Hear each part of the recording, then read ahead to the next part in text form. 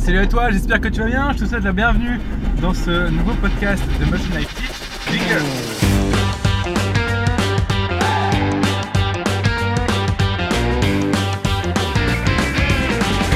Bienvenue dans le podcast de Motion Life Teach. Le podcast où on parle de 3D, d'animation, d'effets spéciaux, de films, de mindset, de logiciels, bref, tout ce qui se rapporte à l'animation 3D, les effets spéciaux ou l'image de synthèse.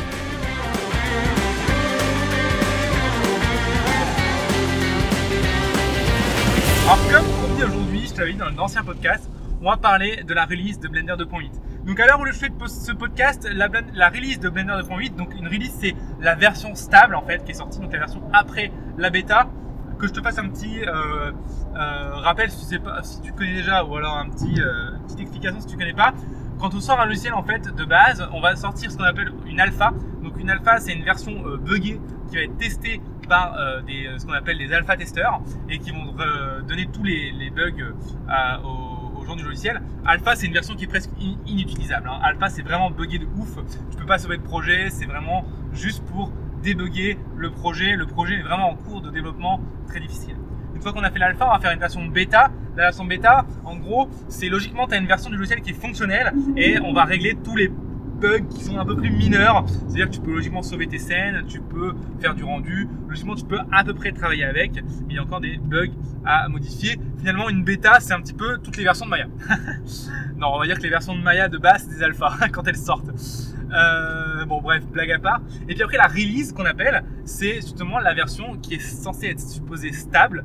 Donc on a enlevé tous les bugs. Donc tous les bêta testeurs ont reporté tous les bugs du logiciel et on a dit ok, très bien.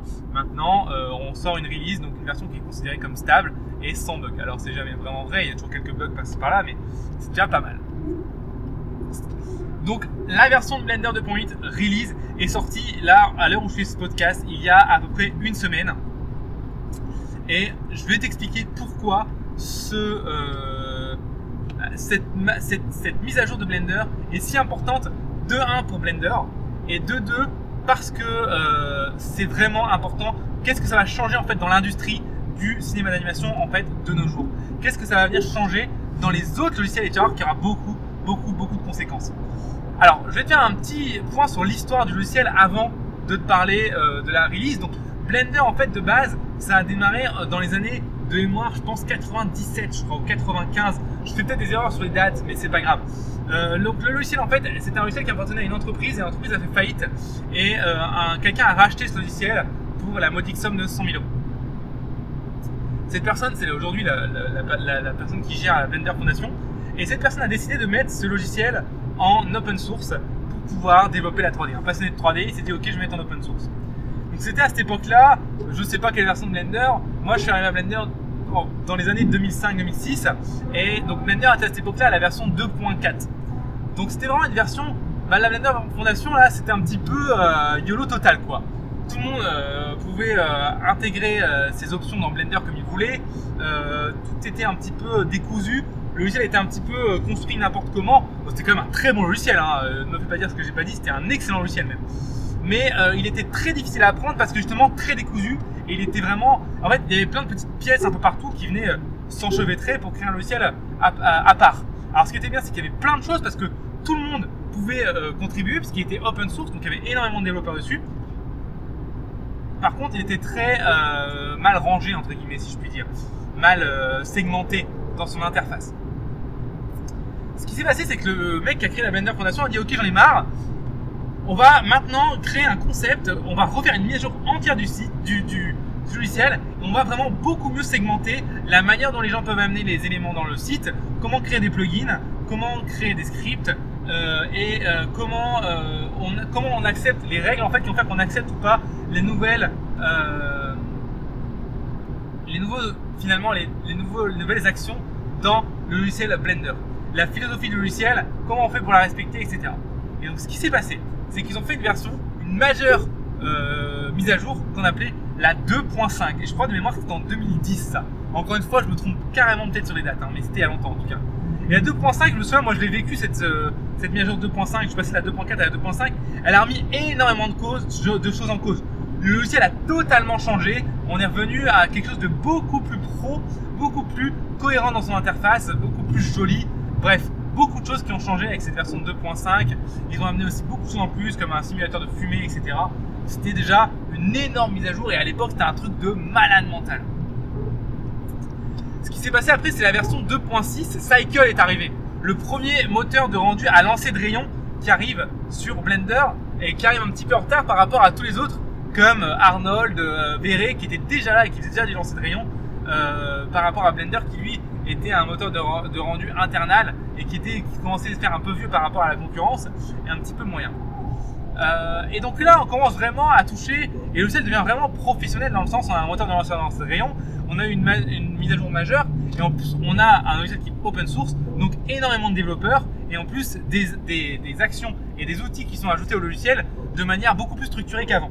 Ce qui fait qu'on a un logiciel qui évolue très vite et de manière très structurée. Et ça, on s'en rend pas compte. On s'en rend pas compte. Jusqu'à ce que la version 2.7 sorte, et là on commence à tout péter, et là Blender commence vraiment à faire parler de lui. Parce que Cycle commence à sortir des images qui sont complètement ouf, on commence à sortir des shaders qui sont juste cohérents physiquement, et des mises à jour commencent à aller, on commence à avoir des passerelles avec Houdini, on commence à avoir des choses très intéressantes qui se passent sur ce logiciel, et là on se dit, mais putain, mais qu'est-ce que je fous sur Maya quoi. Et là, ce qui se passe, c'est quand on commence à s'y intéresser, Blender, donc c'était ça il y a 2 ans, dit ok on va faire une nouvelle mise à jour majeure comme la 2.5 qu'on va appeler la 2.8 et on va mettre dedans un moteur de rendu en temps réel. Et là on fait mais what the fuck, qu'est-ce qui est en train de se passer là? Et là ils disent ça, voilà, ils disent ça mais rien n'est fait. Et là ils sortent la 2.8 alpha, donc c'était en 2019, je crois que c'était début janvier 2018 si je dis pas de bêtises, je crois. Enfin bref, c'est pas très important, mais Blender sort la 2.8 alpha et donc les gens peuvent tester justement ce nouveau moteur de rendu Eevee. Donc encore une fois, majeur breakthrough, donc majeure mise à jour. Donc beaucoup de choses changent, beaucoup de concepts ont changé. Il y avait beaucoup de trucs un peu merdiques dans Blender, notamment le concept de layer qui n'était pas du tout pratique. Le concept d'outliner qui était vraiment pété par rapport à tous les autres logiciels. Et là, tout est changé. On commence à créer des collections. On commence à créer des choses avec des concepts de type d'objets beaucoup plus cohérents par rapport aux autres logiciels. On commence à avoir des options pour créer les raccourcis des autres logiciels qui sont cohérents par rapport aux raccourcis standards de l'industrie des logiciels dans le monde. Bref, Blender avec la 2.8, on se dit putain mais attends, là les mecs ils sont en train de tout défoncer quoi. Ils ont un logiciel qui est meilleur et en plus ils s'adaptent et ils se mettent sur les standards de l'industrie mondiale. Qu'est-ce qui est en train de se passer finalement? Et là les gens testent Eevee, donc le moteur de rendu en temps réel. Et là c'est l'explosion, les mecs font oh putain, ok on est vraiment sur quelque chose de monstrueusement bon. Qu'est-ce qui se passe? Blender en fait a intégré le concept de moteur de rendu de Unreal Engine et de Unity, en fait le concept de moteur de rendu photoréaliste de jeux vidéo dans son logiciel, mais tout en gardant le côté cinéma. Ce qui fait qu'on se retrouve avec un moteur de rendu hybride qui est ultra performant et qui fait des images complètement ouf. Alors, ne me fais pas dire ce que j'ai pas dit, hein. Pour l'instant on peut pas encore faire du rendu ultra réaliste avec ce moteur de rendu. Pourquoi? Parce que c'est juste pas fait pour, hein. De base c'est fait pour travailler plus rapidement. Parce qu'en fait ce qui se passe c'est que Blender, il a vraiment été très intelligent sur cette version. Il a développé de ouf Eevee, mais ils ont aussi redéveloppé Eevee et Cycle. Et Cycle sur la version 2.8 qui est sortie il y a une semaine est 70% plus rapide que Cycle de la version 2.79. Je sais pas si tu te rends compte, 70% plus rapide, c'est presque 2 fois moins de temps de rendu. Je sais pas si tu te rends compte à quel point c'est ouf. Donc les mecs en fait ont très bien compris comment ça fonctionnait. Eevee tu l'utilises pour travailler dans ton viewport. Ça te permet de travailler très rapidement, d'avoir un retour sur ce que tu fais très rapide sur tes shaders, etc. Et à la fin tu rends avec Cycle si tu veux faire du rendu photoréaliste, parce que contrairement à Cycle, Eevee, comme c'est un moteur de rendu basé sur le jeu vidéo, il n'est pas correct physiquement, alors que Cycle lui il est. Et c'est pour ça que pour faire du photoréaliste c'est compliqué avec Eevee, il faut faker beaucoup de choses. C'est possible mais c'est beaucoup plus difficile qu'avec Cycle où tout est bien correct directement. Donc tu vois un petit peu ce qui est en train de se passer là. On est en train d'avoir un logiciel qui a un moteur de rendu intégré qui est ultra performant, cohérent physiquement et 70% plus rapide que sa dernière version. Un moteur de rendu en temps réel qui est ultra performant et qui franchement envoie du pâté pour chier en termes d'image. Un logiciel qui a complètement été repensé pour se mapper sur les standards de l'industrie mondiale. Et en plus de ça, et c'est là en fait que Blender avait un gros souci dans toutes les autres versions, c'est son viewport. Le viewport de Blender avant était très peu performant par rapport aux autres logiciels, notamment par rapport à Maya ou 3ds Max, où Maya ou 3ds Max, tu pouvais le faire bouffer du 14 millions, du 15 millions, du 10 millions de polygones, ça roulait tranquille entre guillemets, alors que Blender, dès que tu dépassais le 5-6 millions de polygones, c'était juste l'enfer.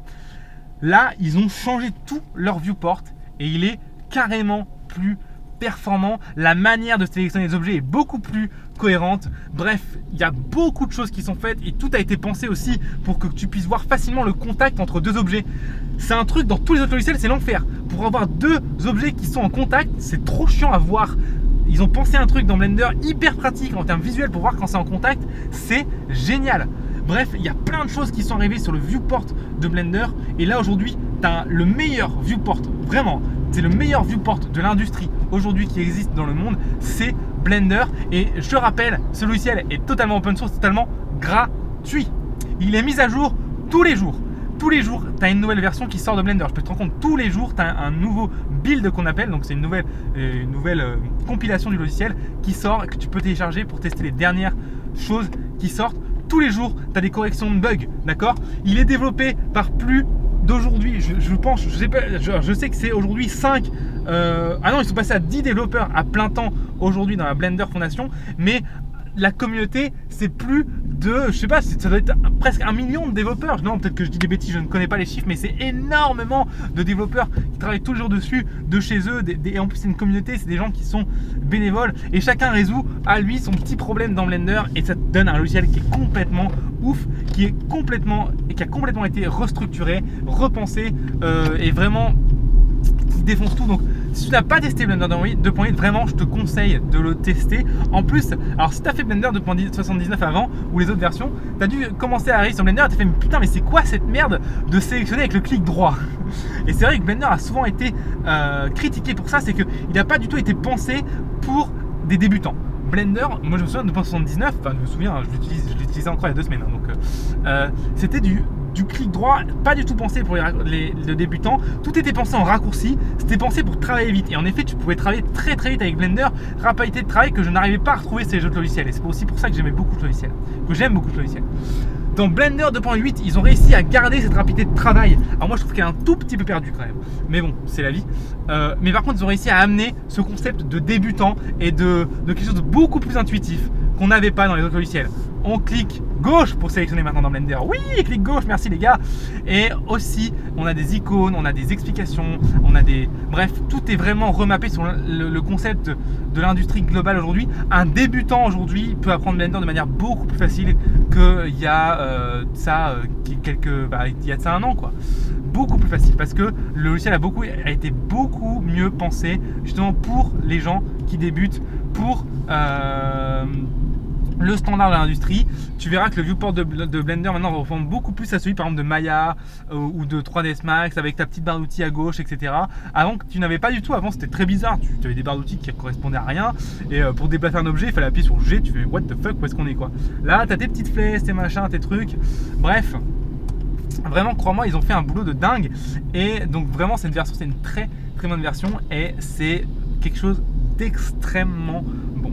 Alors quelques petits bémols, en tout cas moi j'ai déjà rencontré en travaillant sur la version, il y a quelque chose qui n'a pas encore été fait mais qui va être fait, j'ai vu dans les bugs à changer, il y a ça, c'est au niveau des modifieurs de Blender 2.8. Blender 2.8, quand tu as un objet avec beaucoup de modifieurs, l'objet est beaucoup moins, enfin le viewport devient beaucoup moins performant que 2.79. Donc dans ce cas-là, ce qu'il faut faire c'est appliquer le modifieur. Et là, Blender 2.8 est beaucoup plus performant. Donc les modifieurs dans Blender 2.8 pour l'instant sont moins bien gérés que 2.79. Mais c'est un bug qui a été déjà retourné et il est déjà en train d'être modifié. Donc voilà, petit bémol aujourd'hui. Alors crois-moi, c'est sur des grosses scènes déjà quand même que tu commences à voir la différence. Sur une petite scène, tu vois pas la différence, hein. Il faut vraiment aller assez loin déjà pour voir ce problème de performance au niveau des modifieurs. Et sinon voilà, c'est le seul bémol que j'ai trouvé pour l'instant aujourd'hui sur Blender 2.79.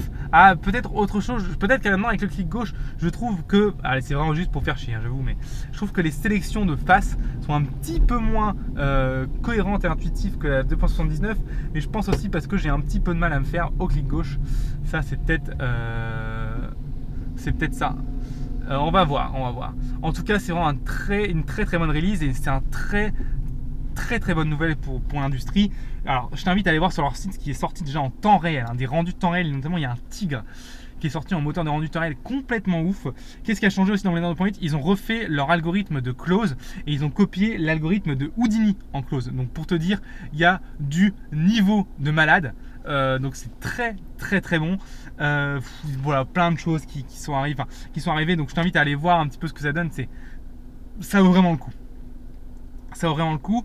Moi, ce que je vais te dire maintenant, c'est je t'ai parlé de la release en tant que telle. Maintenant, alors c'est vrai qu'elle est intéressante parce qu'elle change beaucoup de choses au niveau de Blender quand tu es un artiste de Blender. Mais quand tu n'es pas un artiste sur Blender, finalement, la release, elle n'est pas très importante pour toi. Ah, c'est vrai que j'ai oublié de te parler aussi du drawing qu'ils ont rajouté. On peut faire de l'animation 2D dans Blender maintenant. De l'animation 2D dans Blender, c'est complètement ouf. Animation 2D type animation 2D, type vraiment tu dessines en mode en mode TV Paint, hein. Je sais pas si tu connais le logiciel TV Paint, bah c'est pareil quoi, tu fais ça et c'est complètement dingue quoi, tu fais vraiment des trucs de ouf et en plus les calques sont en 3D donc tu peux carrément venir mettre tes calques en 3D et venir dessiner par dessus. Tu te retrouves avec un espace 3D sur des calques 2D un petit peu à la After où tu viens dessiner tout en même temps. Bref, c'est génial. L'outil de Pencil Crease qu'ils appellent pour faire de l'animation 2D est génial et tu peux même maintenant modéliser grâce à ça en faisant du concept art, mais c'est complètement ouf. Donc ça aussi je t'invite à regarder. Pareil, un nouvel outil qui va devenir un standard dans l'industrie. Pour moi, d'ici un an, tout le monde l'utilisera quoi. C'est tellement pratique. Bref, donc voilà, ils ont aussi refait leur... excuse-moi, je crois que c'est bon, mais il y a tellement de choses sur ce logiciel. Ils ont aussi refait leur logiciel de sculpt dans Blender. Mais mec, laisse-moi te dire que le sculpt de Blender est devenu presque... Mais non, il est devenu aussi performant que ZBrush quoi. C'est un truc de malade.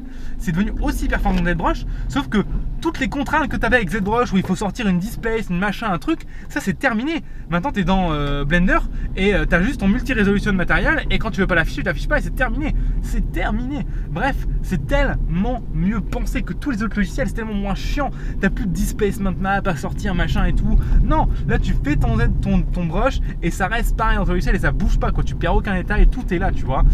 Et ça c'est génial. Et tu peux sculpter presque avec autant maintenant de polygones qu'avec ZBrush quoi. Tu peux facilement monter à du 8-10 millions tu vois sur un objet. Il n'y a pas de problème quoi, ça passe. Donc tu vois, on est quand même en train de... il y a vraiment un truc qui se passe. Et ça c'est très important parce que avant ça c'était pas possible.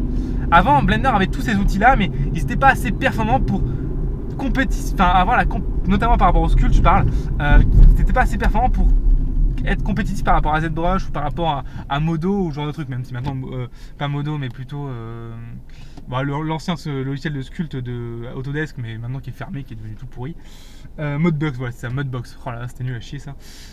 Mais c'est pas terminé parce qu'en fait tu vois là je suis en train de te parler du logiciel en tant que tel, mais maintenant je vais te parler de sa conséquence qui va avoir sur l'industrie des VFX en général. Donc tu l'as vu, c'est un logiciel qui est vachement bien où il y a beaucoup de choses qui sont en train de se passer et qu'il y a beaucoup de choses qui ont déjà été faites. Donc je t'invite déjà à aller le tester, en plus c'est gratuit et il prend littéralement 30 secondes à installer. C'est ça qui est marrant, c'est ça que j'adore avec Blender aussi. Mais là tu l'installes, t'en as pour une nuit, tu vois. 3ds Max tu l'installes, t'en as pour une semaine. Mais Blender non, tu le télécharges, tu l'exécutes et c'est terminé, tu vois. T'as pas d'install, t'as pas de machin, juste tu copies ton dossier, tu double-cliques, c'est bon quoi. Ça prend littéralement 30 secondes et c'est ça que j'adore avec ce logiciel. Tu fais des trucs de malade et il pèse rien quoi, il pèse 100 mégas. 100 mégas. Entre nous, Maya pèse fucking 6 gigas quoi, mais putain les mecs. Bref, 100 mégas le logiciel et en plus de ça, c'est un truc de taré. En quoi ça va défoncer l'industrie du VFX, en tout cas en quoi ça va changer énormément de choses au niveau de l'industrie du VFX. Il faut comprendre déjà que c'est la première fois qu'on arrive avec un logiciel open source qui se retrouve à faire des choses mieux que des logiciels payants et des logiciels qui coûtent très cher pour les entreprises. Donc évidemment ça intéresse les entreprises. Quel est le problème? Pourquoi les entreprises sont pas passées avant sur Blender? Première chose déjà, Blender n'a pas de support. Blender n'a pas de support téléphonique comme les autres logiciels. Donc si tu as un problème avec ton logiciel, t'es niqué. Deuxième chose, Blender n'est pas, par exemple, Autodesk veut être sponsorisé et être dans un film, et bah hop, ils offrent une licence au film et tu peux avoir des sponsors, des machins, des trucs, bref, tu peux faire du business avec les boîtes qui font des logiciels. Tu peux pas faire du business avec Blender parce que Blender, par définition, est une fondation et donc pas un business. Et donc c'est pour ça que on a vu beaucoup moins de films de 3D fait avec Blender plutôt qu'avec des logiciels comme Maya, 3ds Max, etc. Parce qu'il n'y a pas de business entre les deux. Mais ça va changer ça. Parce que comme Blender se met sur les standards industriels, et ben les boîtes se posent vraiment la question, est-ce que ça vaut vraiment le coup de payer 4 000 € par an la licence, un logiciel, alors que je pourrais avoir tous mes logiciels gratuits. Imagine l'économie que ça leur fait. En plus de ça, il est en train de se passer un truc énorme, c'est que la boîte Cube Creative, j'en ai déjà parlé dans l'ancien podcast, Cube Creative donc en France, une des plus grosses boîtes de VFX en France, est en train de se dire, hé les mecs, mais on va passer notre pipeline sur Blender. Et donc les gars, ça fait déjà 1 an, ou presque 2 ans je crois, qu'ils sont en train de passer tout leur pipeline de création entièrement sur Blender. Je sais pas si tu te rends compte à quel point ça va faire bouger les choses. Un des premiers studios qui fait ça. Tu sais qu'aussi sur Netflix, on a eu le premier long métrage entièrement fait, enfin entièrement fait, je veux dire plutôt principalement fait sur Blender. C'est complètement ouf. D'ailleurs, le long métrage, je t'ai pas vu, je t'invite à le voir. C'est New Generation, un film, je crois que c'est un film japonais, je suis pas sûr, ou en tout cas c'est un partenariat japonais. En tout cas, c'est fait full Blender et ça a de la gueule de malade. Alors je crois que pour les fumées ou ce genre de choses, ils ont utilisé un petit peu d'Houdini, donc il n'y a pas que du Blender. Hein. Le compo, pareil, c'est pas que du Blender, je crois qu'il y a un peu de Nuke, mais les mecs ont fait un truc de malade. Et encore une fois, ce film, en plus, il a pu amener plein de choses sur Blender, comme par exemple le Cryptomat, qui n'était pas sur Blender et qui était un standard de l'industrie et qu'on avait besoin, qu'on utilise tout le temps aujourd'hui, tu vois. Et bah là, ils l'ont balancé sur Blender. Hop, on a un Cryptomat maintenant sur Blender, tu vois. Bref, c'est excellent. Il est en train de se passer des trucs de malade et c'est en train de vraiment bouleverser l'industrie des effets spéciaux et de l'animation 3D. Si tu veux vraiment te rendre compte de la puissance qu'est en train de faire Blender, donc va voir le film New Generation et après va voir les films de la Blender Foundation, notamment si tu les as pas vus, comme Agent 327 et le dernier c'est Open Spring, je crois. De toute façon, tu regardes Blender Open Film et tu vas voir un petit peu ce qu'ils font.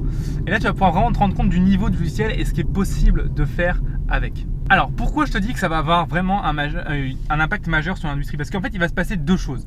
La première chose, alors déjà, je sais pas si tu as vu, Cycle, c'est un moteur sur carte graphique, par exemple. Donc déjà, il y a plein de moteurs de carte graphique. Aujourd'hui, le moteur de carte graphique est en train de devenir le standard de l'industrie en termes de VFX. Les moteurs CPU sont en train de disparaître.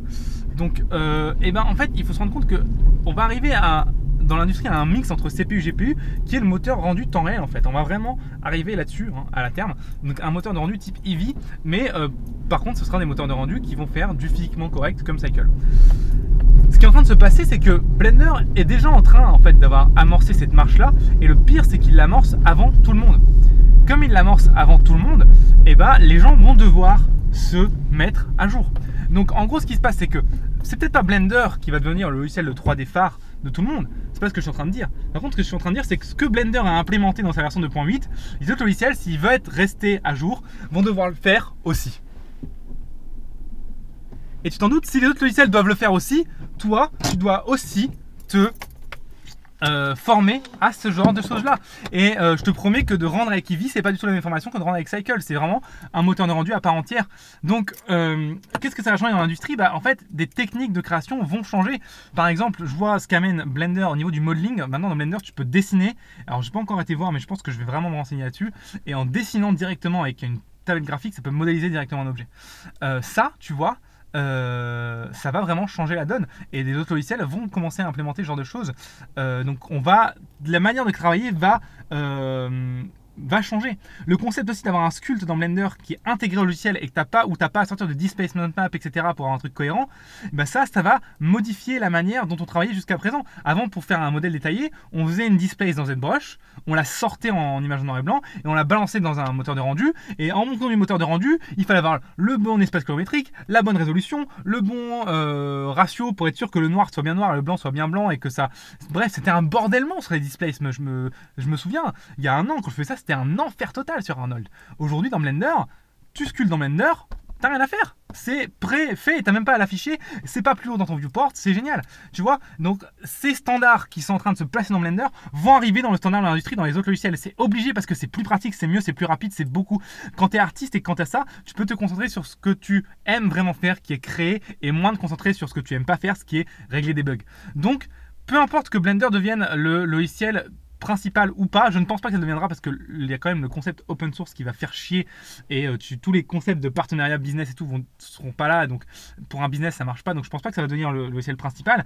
Par contre, les concepts qui sont dans Blender 2.8 vont arriver dans les autres logiciels. Ça, j'en suis persuadé. Il va vraiment y avoir des choses qui vont vraiment se ramener. Et c'est déjà en train d'arriver et ça va copier ce logiciel. Le moteur de rendu en temps réel va arriver dans les autres logiciels, c'est sûr. Tu es persuadé que dans 1 ou 2 ans, Arnold ou Maya ou un moteur de rendu ou un logiciel va créer son moteur de rendu temps réel type Unreal, ou elles vont se faire un petit partenariat avec Unreal ou Unity pour avoir leur moteur de rendu en temps réel dans leur logiciel. Parce que sinon, ils vont se retrouver carrément en dessous de la compète, quoi. Donc moi je t'invite à tester Blender en fait pour avoir une longueur d'avance, parce que je te dis, la plupart des choses qui ont été intégrées dans Blender 2.8 vont forcément être intégrées dans les autres logiciels parce que c'est vraiment excellent, quoi. C'est vraiment un pas en avant de ouf pour les VFX et pour l'artiste en tant que tel. Pour l'artiste qui veut créer, c'est vraiment excellent. C'est un gain de temps monstrueux et crois-moi, ça vaut vraiment le coup. Donc tout ce que je peux te conseiller pour terminer ce podcast, c'est va tester Blender 2.8, ça coûte rien, c'est gratuit, ça te prend une demi-heure. Regarde un petit peu ce qui se passe, regarde un peu Eevee, regarde un peu Cycle, fais-toi 2-3 tutos et tu vas voir que peut-être que comme moi tu vas tomber amoureux de ce logiciel, ou alors peut-être qu'au moins tu vas te rendre compte que les concepts dans ce logiciel sont intéressants et qui vont vraiment être intégrés dans pas très longtemps aux autres logiciels de l'industrie, ou alors peut-être que Blender va devenir finalement le logiciel primordial de l'industrie, il va peut-être remplacer Maya, va savoir. Dans tous les cas, je te remercie d'avoir suivi ce podcast jusqu'au bout. J'espère qu'il t'aura plu. S'il t'a plu, je t'invite à mettre 5 étoiles s'il te plaît sur iTunes, puisque quand tu mets 5 étoiles sur iTunes, tu m'aides tellement, tu me rends un service de malade et ça c'est très très cool. Donc merci d'avance pour me mettre ces 5 étoiles sur iTunes. En plus de ça, tu peux, n'importe sur quelle plateforme, Teacher, Podcast Addicts, Castbox, tu peux t'abonner, comme ça tu vas pouvoir voir les nouveaux épisodes qui sortent à chaque fois. Et puis ce que tu peux faire aussi, c'est te rendre sur le site de teach.motion-live.com, un site internet où tu as accès à tous nos cours gratuits sur Maya, sur Blender, sur ZBrush, bref on en fait plein. Alors pour te dire, on en fait plein, alors je te parle, il y en a 160 sur le site. Et 160 cours gratuits, hein. Donc tu vois, c'est à peu près 120 heures de cours, d'accord. Donc tu vois que tu as de quoi faire, c'est totalement gratuit, donc va voir ce qui se passe là-bas. Franchement, crois-moi, ça vaut le coup. teach.motion-live.com. Tu peux même t'abonner. Alors, quand tu t'abonner, tu vas me dire, tu rentres ton petit email et en fait, ça te permet de recevoir toutes les semaines, 2 fois par semaine, les nouveaux cours qui sortent. Et crois-moi, le fait de te former 2 fois par semaine comme ça, de manière continue, c'est la meilleure manière d'apprendre et de former au métier. Donc crois-moi, ça vaut vraiment le coup. Je t'invite à aller voir. Et puis en plus de ça, quand tu es abonné, tu as d'autres choses en plus. Donc tu reçois tes emails, tu as la possibilité de pouvoir télécharger gratuitement les fichiers utilisés dans les tutoriels. Ce qui se passe, ça veut dire que tu fais une scène en copiant un de nos tutoriels et tu te dis, ah mais merde, moi j'ai un bug là, je comprends pas d'où ça vient. Tu télécharges notre scène, tu compares et tu as tout de suite le problème résolu. Tu vois, c'est une valeur inestimable et c'est gratuit quand tu es abonné. Troisième chose, je envoie souvent du contenu inédit aux abonnés. Il n'y a pas longtemps, par exemple il y a un mois, j'ai envoyé une formation pour te dire de 7 jours, 1 heure par jour, gratuite aux abonnés. C'était totalement gratuit et pourtant c'est seulement les abonnés qui l'ont reçu, parce que pour moi les abonnés c'est les gens qui sont les plus motivés et donc c'est un petit peu votre récompense aussi, c'est vous avez un contenu qui est inédit. Après tous les mois ou tous les 2 mois, j'envoie une formation gratuite à ces abonnés et crois-moi, ça vaut le coup aussi. Voilà, donc va voir sur teach.motion-live.com, abonne-toi et puis moi sinon je te dis à très bientôt dans le podcast de Motion Live Teach. Merci beaucoup de m'avoir suivi jusqu'au bout. Ciao.